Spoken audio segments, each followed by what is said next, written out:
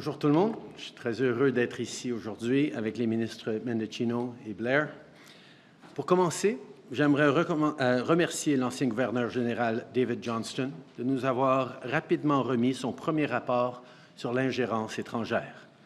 En mars, il a commencé son examen indépendant pour évaluer l'étendue et l'effet de l'ingérence étrangère dans les élections canadiennes et pour fournir des recommandations of the interference and to propose some recommendation so that we can better protect our democracy. He had a mandate, amongst them, recommendation on the mechanisms and processes needed so we can fight foreign interferences. At the same time, we want to maintain the Canadian trust into our institutions. We are very happy with the report and the recommendation table today. Canadians have had many questions over the last few months, and that is why we launched this process. The former Governor-General has reviewed thousands of pages of classified and unclassified documents. While preparing his report, Mr. Johnston was given complete access to any relevant records and documents from across government. I myself welcomed the opportunity to sit down with him, as did other ministers. He also interviewed senior officials, security experts, and many others. The work has led him to conclude that, and I quote, "The elections of 2019 and 2021 were well protected by sophisticated mechanisms, and there is no basis to lack confidence in their results." Le rapport réitère de manière indépendante. We also see in the report that the past two elections were free and fair, and results represent the trust of Canadians. According to Canadians in the report, the political class didn't have any issues. But at the same time, we can see in the report that foreign interference is a threat, a serious threat, and provide many recommendations on processes that would be needed to fight against foreign interference and also to better manage the info within the public service. We received these recommendations. The former Governor-General says that the next step will be to have public hearings. We support this recommendation. We also support the recommendation about an open dialogues, especially talking to the foreign diaspora that are targeted by this type of interference. This will be essential for his final report. As we said, NCICOP and NCIRA will actually look into the confidential annex of the report and will conclude by themselves. Opposition leaders offering security clearances so that they may receive the relevant intelligence. I think everyone can agree with the former Governor-General's assessment that all leaders must work from a common understanding of true facts. Mr. Johnson also recognized that more work must be done to address the shortcomings in the flow of security information from the public service to the political level. Our government will always protect the integrity of Canada's democracy and stand up to foreign attempts to interfere with it. And this is a duty our government has dedicated ourselves to since day one. In fact, in 2015, we ran on a promise to bring in oversight of our national security agencies by parliamentarians from all parties, something the previous government had staunchly refused to do, and we did that. The work to counter foreign interference needs to constantly innovate and evolve, especially in a world where interference by other countries in our democracy is more frequent and increasingly sophisticated. Just look at how easy it has been for bad actors to create and disseminate misinformation and disinformation online. And that's merely one example. I just got back from the G7 where we talked about this at length.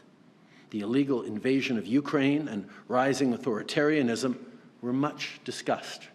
And countries there, including non-G7 nations like South Korea and Australia, are facing threats to their democracies. Foreign interference is not new. And it doesn't just target our elections. It targets all aspects of society, our research institutes and universities, our businesses, and most commonly, the diverse communities that enrich our country. Canada is not alone in this. It has happened in elections in the United States, in France, in Germany, and in the Brexit referendum, among others.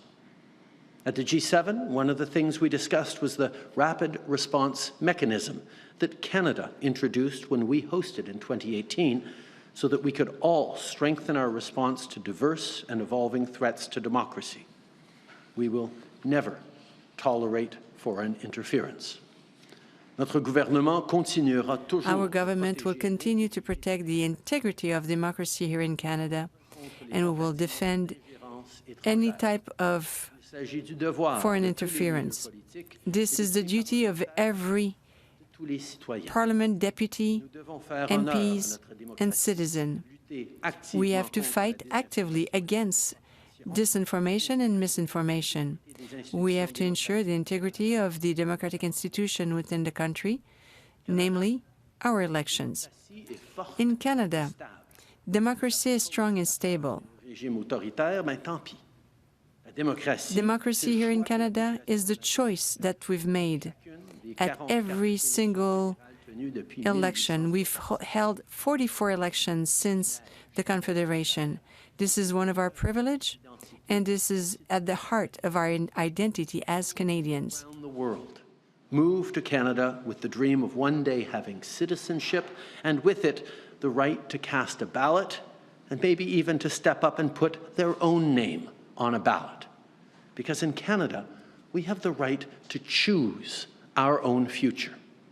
Every one of us has a responsibility to stand up for our democracy, and undermining it for political gain is wrong and damaging.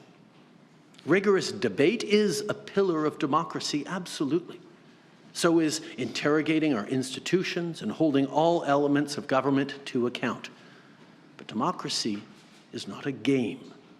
There are lines we must not cross. We must never play into the hands of those overseas or at home who want us to lose faith in our democratic institutions. These institutions have stood strong for over a century and a half, but they require our constant attention. Democracy didn't happen by accident, and it won't continue without effort. And as the report says, democracy is built on trust. Trust in the processes that elect people to serve, and trust in the people who hold that responsibility.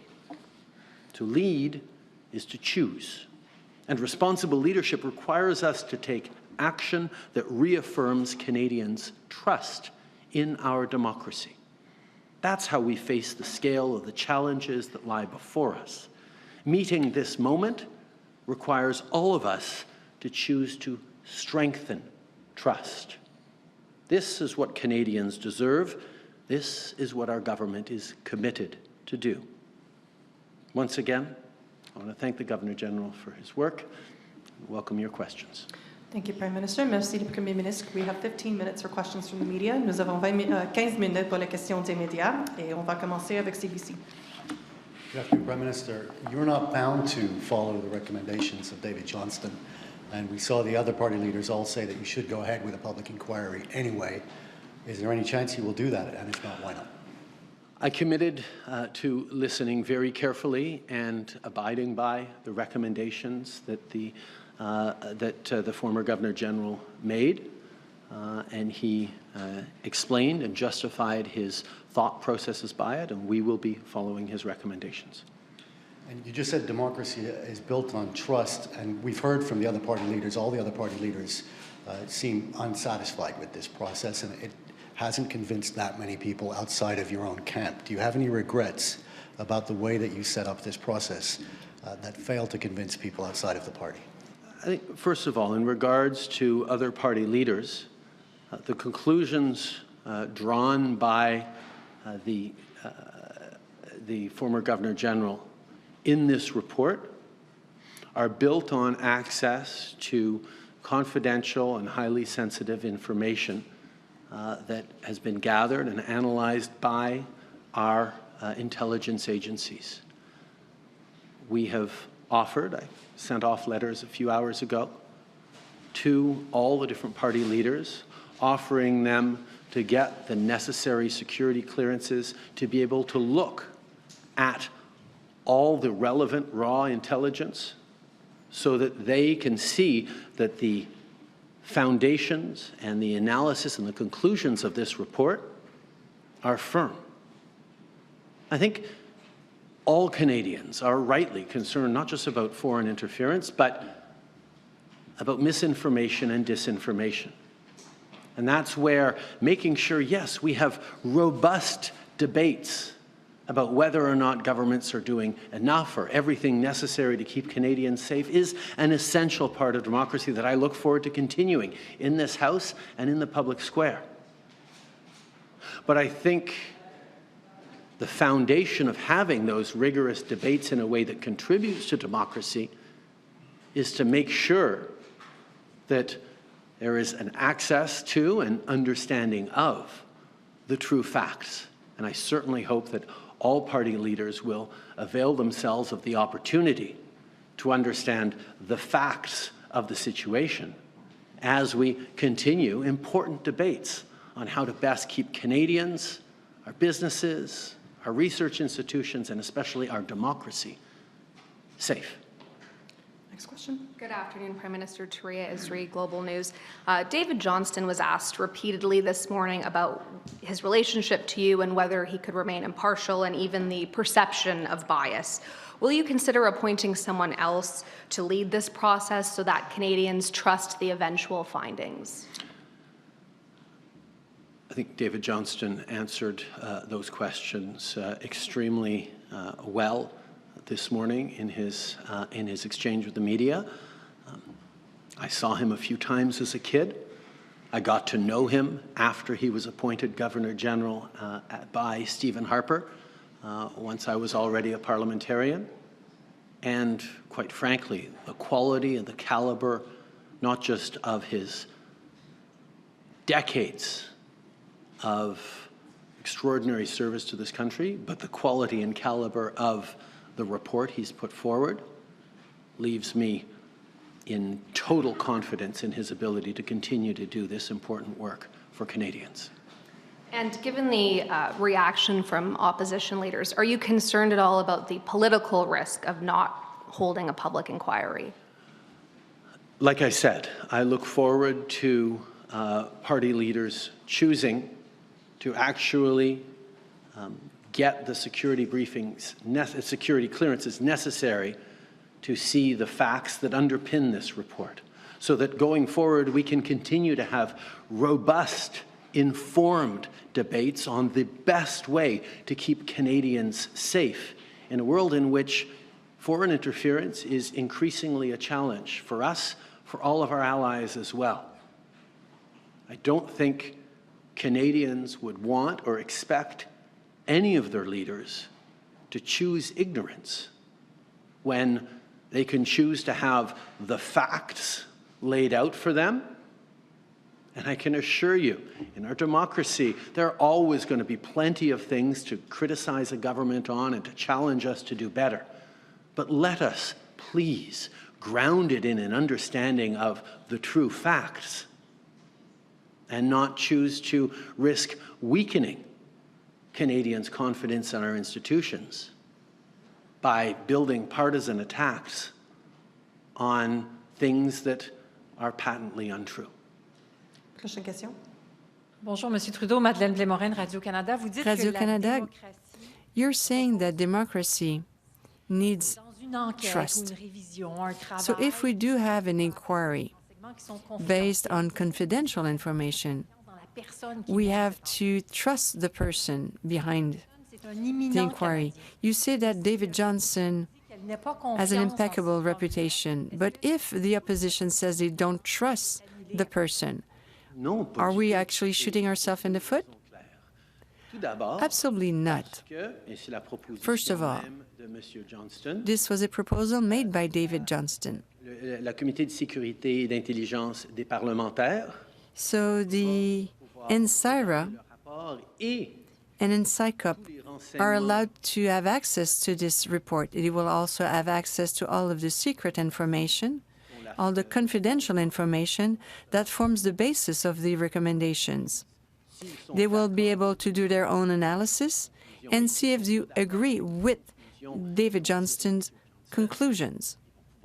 If they are in disagreement, they will be allowed to say so. But to be allow NSICOP to look into the work done by David Johnston, the door is open. This will give trust. It's not only one person. It will be every member. It would be a actual parliamentarian committee, NSICOP.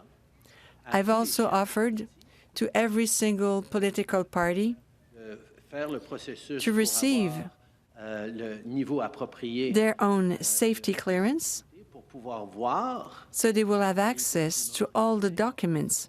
They will have access to the secret information that forms the report, and they will be able to proceed with their own analysis and own conclusions. They will see if the report is valid. We're not asking to trust only one person, even though the integrity of this person is impeccable. This person was selected to be Governor General by Stephen Harper.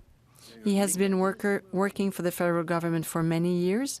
We have a mechanism in place. Every political party will have access to this document. We understand that when it's a question of national security, we cannot openly publish what is available. We cannot openly provide confidential information. We will allow MPs, we will allow head of political party to have access to this type of information. They will see on their own eyes the information that is at the basis of the conclusions. Mr. Blanchette would like to send an MP. Would you allow that? In his report, David Johnston says that there will be an overlap and that a public inquiry will possibly not be transparent. Do you think that these arguments have some weight?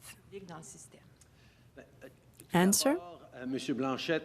First of all, Mr. Blanchette already has a representative that is sitting on the NSICOP committee with the right security clearance. Even better than that, we're offering Mr. Blanchette the clearance that he needs so that he can himself look into all of the documents, everything that forms the basis of this report. As well, David Johnston was very clear. He explained all of the basis why a public inquiry will not provide new information. I'll give you an example. When there's a witness, a witness that has not testified in front of David Johnston is Mr. Poilievre. He has access to all of the needed information. David Johnston had all the access to all information, and he did a very good job. In his conclusion, Mr. Johnston said there was no malfeasance on the government's part, but that the system that underpins Canada's national security isn't working. What responsibility do you take for that?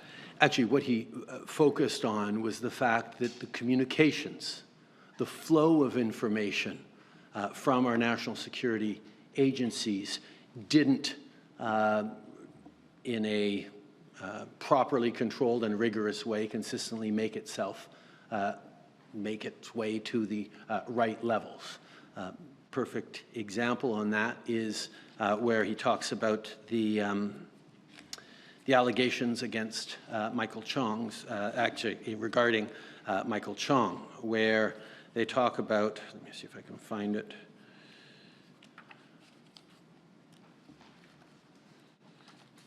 Here we go. That there was no intelligence indicated that the PRC took steps to threaten Mr. Chong's family, but that there is intelligence indicated they were looking for information. Well, the fact that there was intelligence indicating that the PRC was looking for information into Mr. Chong's family should have made it up to the highest levels, even if there wasn't any intelligence indicating that there were steps to threaten his family.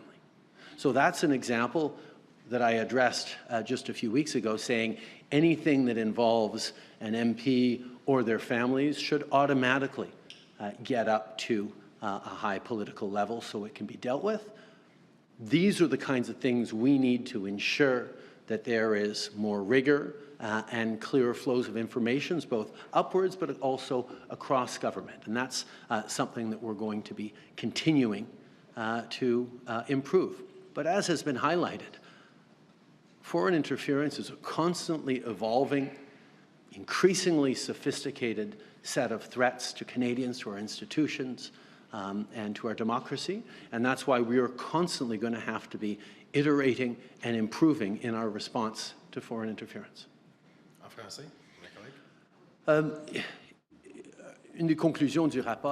In one of the report's conclusions is that we have to improve the way our agencies talk to each other, but also with the higher levels within the government. In David Johnston's report, he mentions that there were some information, actually there was no suggestions that Beijing was threatening Mr. Chong's family. But there were information saying that Beijing was looking for more information about Mr. Chong's family. So this is the type of information that it was not a direct threat to the family, but just the fact that Beijing was interested by his family. We should have raised a red flag. We should have followed on that information, making sure that MPs are informed, especially if their family could be at risk. I just said that in English already. Sorry. It's okay. Double translation. Okay. I'll just refocus here for a second. So you're offering this intelligence now to opposition leaders, but a lot of what's undermining the confidence is a lack of transparency. Is there any consideration for declassifying documents that would give Canadians more confidence to understand a broader picture, even if it's redacted as it was in the commission for the convoy? In terms of declassification, that's absolutely something that Mr. Johnston is going to be looking at over the coming months towards his final report in October of 2023, and we're very much looking forward to those conclusions. But let me highlight that one of the ways that we get to restore people's confidence in what our intelligence communities are doing when obviously total transparency is simply not an option for intelligence services whose people put their life on the line to protect Canadians from bad actors out there, is to ensure that politicians of all different parties are able to oversee and get the clearance necessary to look at everything our intelligence agencies do. And that's a commitment we made in 2015 in the election, where the incumbent Conservative government refused to bring in oversight by parliamentarians over our intelligence agencies, and we actually did it. NSICOP is a committee of parliamentarians that has the power to look into everything our intelligence agencies do. Now, they are bound by the secrecy necessary to keep Canadians safe, but they can and do, absolutely share their conclusions around what's working, what's not working, and whether or not Canadians can be concerned or should be relieved that intelligence agencies are doing their work. So it is a functioning piece of democracy that gets to that question of how do we make sure that those folks out there or in the shadows protecting our democracy from dangerous actors are kept safe while they do their jobs, and parliamentarians and Canadians can be reassured that parliamentarians from all different parties are looking closely to make sure that they're doing everything necessary to keep Canadians safe. Thank you. That will conclude today's press conference. Merci. Ça va. Sorry, I'll take a question from Justin because I haven't seen him in a while. Appreciate that. Prime Minister, the report does indicate that Han Dong, former Liberal MP, was the unwitting beneficiary probably of the influence campaign on his nomination race. It indicates he went on to forge a relationship with the Chinese consulate in Toronto. And it said he was having conversations with the consulate about the two Michaels in detention in China, even if some of the reports were incorrect. Can you tell us what the nature of those conversations were? And do you see a path back into the Liberal caucus for Mr. Dong? I think on this point, the report by Mr. Johnston was fairly unequivocal, that there were false allegations made against Mr. Dong. And I look forward to having conversations with him. He decided to step away from caucus in order to clear his name. I will hear from him on what his thinking is going forward. Okay. Je pense que le rapport de Mr. Johnston, I do believe that the Johnston report was very clear. There were false allegations against Mr. Han Dong. As you understand, Han Dong recused himself from caucus to reestablish his reputation and fight these allegations. I will talk to him, certainly talk to him, and see what can happen afterwards. You're calling on Canadians to build trust, but as Mr. Johnston report makes clear, you had intelligence and you were briefed on an attempt by Beijing to meddle in our democracy, and you didn't tell the public. Given that, doesn't rebuilding trust have to start with you? And going forward, do you have to create a better disclosure regime that discloses these sorts of attempts to meddle in our democracy, even or even especially when it benefits your party? Sorry, Justin, I'm still hung up on the fact that you think I wasn't telling Canadians about foreign interference.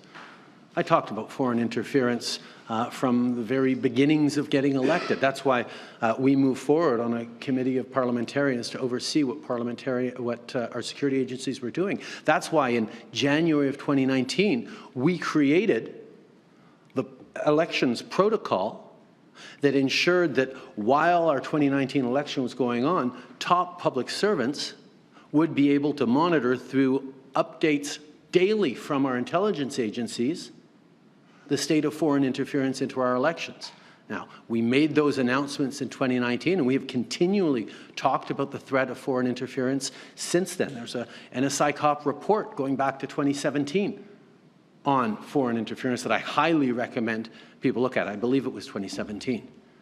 The subject of foreign interference isn't something that suddenly sprang up over the past months. This is something we have been taking seriously as a government for years. And not just here in Canada, but in 2018, when we hosted the G7 in Charlevoix, we created a rapid response mechanism for all G7 countries to respond to foreign interference in our democracies. So maybe you're just waking up to the fact that there's foreign interference, but I've been talking about it for years. And what Mr. Johnston laid out in this report is all the mechanisms we have, how they're working, where we need to improve, particularly in terms of flows of information, and the fact that we're going to have to continue to iterate and keep moving forward on developing even better and better tools as foreign interference continues to get more and more sophisticated.